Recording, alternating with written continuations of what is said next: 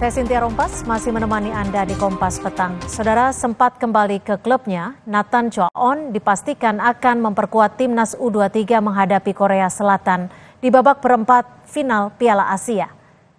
Kepastian tampilnya Nathan Chua-on bersama timnas U23 disampaikan Ketua Umum PSSI Erick Thohir lewat akun Instagramnya. Erick mengucapkan terima kasih kepada klub Belanda SC Heerenveen yang mengizinkan Nathan memperkuat timnas U23. Nathan menjadi pemain kunci timnas U23 saat mengalahkan Australia dan Jordania di grup A.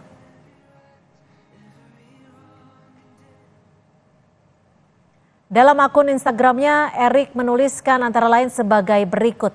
Alhamdulillah, SC Heerenveen mendukung Nathan kembali memperkuat timnas U23 dan akan tiba hari ini di Qatar.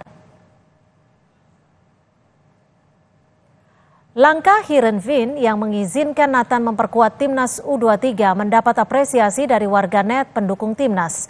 Mereka mengucapkan terima kasih dan dengan nada gurauan para warganet menuliskan siap memberikan bingkisan untuk SC Heerenveen. Hingga siang tadi, tercatat ada 138.000 lebih warganet yang menyukai foto latihan Heerenveen.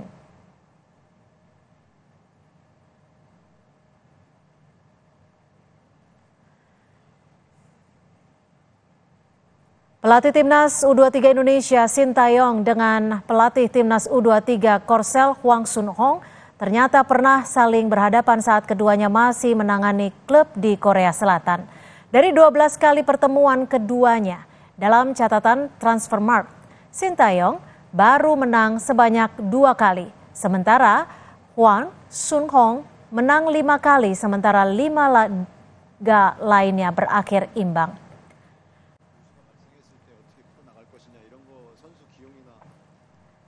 Menghadapi Korsel, pelatih Sintayong kemungkinan akan menurunkan formasi terbaiknya. Seperti ketika menghadapi Jordania, yaitu formasi 3-4-3. Umpan pendek dan serangan balik cepat kemungkinan akan menjadi andalan Sintayong dalam permainan menghadapi Korea Selatan.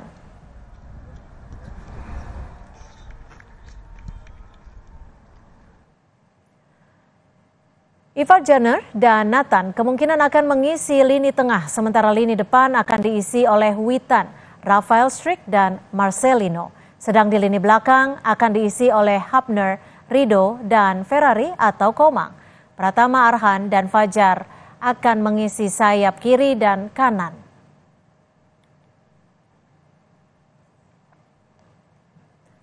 Untuk mengulas kekuatan timnas U23 Indonesia jelang lawan Korea Selatan, kita sudah bersama dengan pengamat sepak bola Muhammad Kusnaini. Selamat sore, Bung Kusnaini. Terima kasih sudah bergabung bersama kami. Selamat sore, Cynthia. Bung, seberapa besar ini masuknya Nathan untuk dapat mempengaruhi kekuatan timnas U23 saat melawan Korea Selatan nanti menurut Anda? Saya pikir sangat penting kehadiran Nathan karena ini memberi peluang bagi Sintayong mempertahankan formasi yang terbukti sudah berhasil bermain sangat baik ketika mereka menghadapi Jordania. Artinya sekarang Sintayong punya opsi untuk memainkan Nathan tidak hanya sebagai seorang bek kiri, bisa juga main sebagai bek tengah atau bahkan sebagai gelandang sehingga tidak mengubah formasi 3-4-3 yang sudah sempat diturunkan sebelumnya waktu melawan Jordan. Justin Hapner bisa bermain sebagai gelandang atau bisa sebagai bek tengah dalam formasi 3 bek sejajar bersama dengan Rizky Ridho, bersama dengan Ferrari. Nathan bisa bermain di tengah berduet dengan Ivar Jenner atau bermain di kiri atau bahkan bermain sebagai bek tengah seperti yang saya bilang tadi. Dengan formasi yang sama, dengan susunan pemain yang sama, tentu akan lebih memudahkan pemain untuk mengembangkan saling pengertian, kerjasama tim, sehingga kita harapkan ketika menghadapi Korea Selatan nanti permainannya sama baiknya dengan ketika menghadapi Jordania. Lalu apakah nanti peran dari Nathan ini akan berperan saat memberikan umpan atau peran-peran apa yang sekiranya bisa diharapkan dari Nathan? Jadi akan berbeda situasinya ketika kita menghadapi Korea Selatan hari Jumat nanti dengan ketika kita menghadapi Jordania. Secara kualitas permainan Korea Selatan akan di atas Jordania. Karena itu mungkin ruang bagi kita untuk mendapatkan peluang, ruang bagi pemain-pemain kita untuk mengendalikan permainan tidak sebesar ketika menghadapi Jordania. Bahkan dalam beberapa hal mungkin kita akan dipaksa bermain lebih defensif, akan dipaksa bermain lebih bertahan. Nah, ini saya pikir situasi yang membuat kita lebih beruntung punya Nathan, karena Nathan ini seorang pemain yang kemampuan bertahannya sangat baik. Seorang pemain yang kemampuan positioningnya juga sangat baik, kemampuan untuk membaca permainan juga sangat baik. Nah, dalam menghadapi lawan seperti Korea Selatan yang permainannya sudah padu karena mereka rata-rata pemainnya sudah berpengalaman bermain di liga, kehadiran pemain-pemain berpengalaman sangat penting. Saya pikir secara keseluruhan kita beruntung memiliki 10 pemain yang pernah memperkuat tim nasional senior di Piala Asia. Dan itu saya pikir modal kita untuk mengimbangi Korea Selatan yang secara kualitas individu mungkin sedikit di atas kita ya. Saya ingin menggambarkan bagaimana kualitas Korea Selatan ini melalui statistik ya. 16 pertandingan terakhir mereka, Korea Selatan U23 ini tidak terkalahkan. Dan 15 kali diantaranya menang. Hanya sekali imbang melawan Australia. Korea Selatan U23 adalah juara Asian Games terakhir ya 2022. Korea Selatan U23 juga juara Piala AFC U23 tahun 2020. Itu adalah gambaran calon lawan kita yang membuat tim Indonesia U23 harus betul-betul dalam kondisi terbaik untuk mampu meladeni mereka. Artinya lawannya cukup dikatakan cukup memerlukan kekuatan yang sangat kuat. Lalu menurut Anda apakah timnas kemungkinan akan tampil dengan 3 penyerang saat melawan Korsel seperti saat melawan Australia ataupun Jordania? Jadi dalam situasi di lapangan itu kita akan bisa mengembangkan situasi yang mungkin berbeda dengan starter awal ya. Secara formasi mungkin kita di awal memainkan formasi 3-4-3. Tapi dalam permainan tidak mustahil nanti kita akan lebih banyak bermain dengan formasi 3-5-2 atau bahkan 3-6-1, di mana 2 pemain sayap, entah itu Marcelino, kemudian entah itu Witan Sulaiman, akan lebih banyak membantu lapangan tengah dan meninggalkan Rafael sebagai lone striker atau striker tunggal di depan. Ini saya pikir situasi yang mungkin terjadi di lapangan sesuai dengan perkembangan permainan di lapangan. Dan seperti yang saya bilang tadi, kalau melihat cara main Korea Selatan ketika menghadapi Jepang, kita harus siap dengan kemungkinan itu. Kemungkinan dipaksa bermain lebih ke bawah, dipaksa bermain lebih ke tengah, dan dipaksa bermain lebih bertahan. Oke, Bungkus, kalau Anda melihatnya kira-kira pengaruh dari pelatihnya akan berpengaruh tidak? Karena keduanya bersama-sama berasal dari Korea Selatan. Ya, kita sudah melihat dengan jelas bagaimana pengaruh Sintayong terhadap timnas U23. Saya pikir sekarang yang menarik ditunggu adalah seberapa besar pengaruh pengetahuan Sintayong tentang sepak bola Korea Selatan memberi inspirasi terhadap permainan tim Indonesia U23. Itu saya pikir yang paling ditunggu.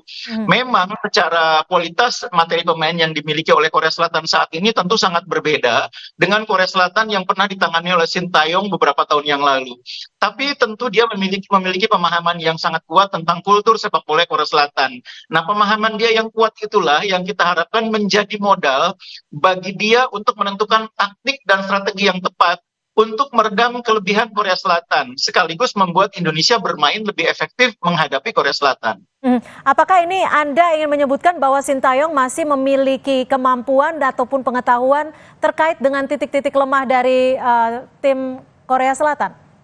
Oh iya, kan Sintayong juga memang sering melakukan analisa langsung, sering melihat langsung perkembangan sepak bola di negerinya ketika dia pulang.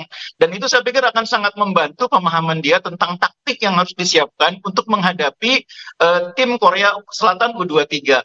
Tapi yang lebih penting lagi sebetulnya adalah karena kita sekarang bisa bermain dengan formasi pemain lengkap. Itu jauh lebih penting dibanding apa yang kita sebut sebagai pemahaman Sintayong tentang sepak bola Korea Selatan. Lebih penting lagi adalah Indonesia bisa bermain dengan tim yang lengkap dan akan lebih baik lagi jika bisa bermain sama bagusnya dengan ketika mereka menghadapi Jordania. Oke, prediksi Anda akan seperti apa permainan dari timnas U23? Skornya bisa berapa-berapa nih? Iya, kalau secara permainan saya sudah membayangkan bahwa kita akan cukup banyak ditekan oleh Korea Selatan ya. Dan harapan terbesar saya adalah kita tidak membuat kesalahan-kesalahan elementer yang beberapa kali membuat kita kena kecolongan, yang membuat kita kena kartu kuning maupun merah. Mudah-mudahan itu tidak terjadi. Kalau itu tidak terjadi, kita bisa bermain dengan cara main yang sama seperti kita menghadapi Jordania. Saya masih optimis kita mampu mengimbangi Korea Selatan, mampu mempersulit mereka, dan tidak mustahil memaksakan pertandingan harus memasuki babak tambahan. Dan mudah-mudahan kita bisa menang dalam babak tambahan itu. Oke, kira-kira akan ada kejutan tidak nih? Mungkin formasinya yang akan berbeda, bukan 3-4-3 lagi? Bukan hal yang tepat untuk melakukan perubahan dalam situasi saat ini bagi Indonesia ya. Pertama karena materi pemain kita juga tidak terlalu banyak bukan berbeda ya. Dan lebih dari itu ini sudah masuki babak gugur. Jadi tidak terlalu banyak kesempatan untuk membuat eksperimen. Oke, baik kita nantikan pertandingan pada Jumat nanti. Terima kasih Bung Kusnaini sudah bergabung bersama kami di Kompas Petang. Saudara, pemerintah